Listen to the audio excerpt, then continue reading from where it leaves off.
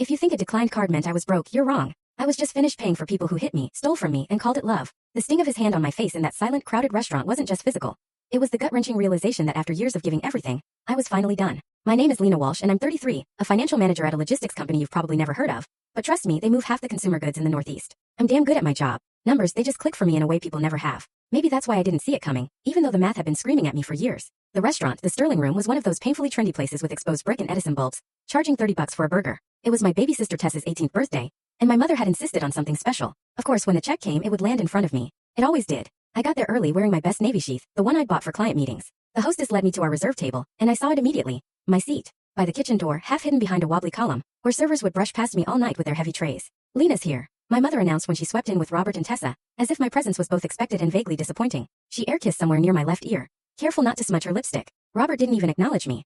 He just pulled out chairs for my mother and Tessa, then settled himself at the head of the table like a king. He'd put on weight, his belly straining against a polo shirt I'd probably paid for indirectly, through one of their emergencies. Tessa, I had to admit, looked beautiful. Her blonde hair was curled and pinned up, and she wore a pink dress that made her look older than 18. She gave me a small distant smile, the kind you'd give a forgotten cousin at a funeral, then immediately turned to show her boyfriend Tyler or Taylor or something on her phone.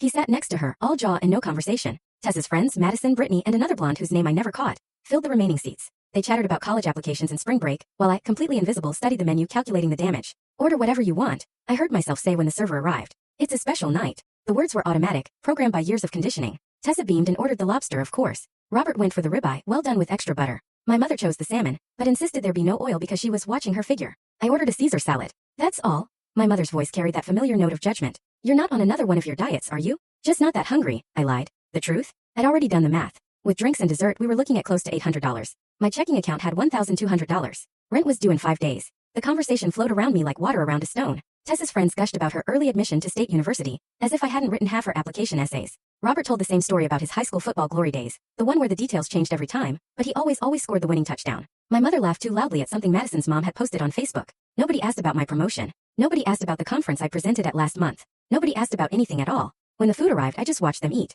Tessa took photos of every dish for her Instagram. Robert complained his steak wasn't hot enough and sent it back. My mother picked at her salmon, pushed half of it away, declaring herself stuffed after 5 bites. So Lena, Brittany suddenly addressed me, probably out of politeness more than interest. Tessa says you work with money? Financial management. I nodded. Corporate logistics.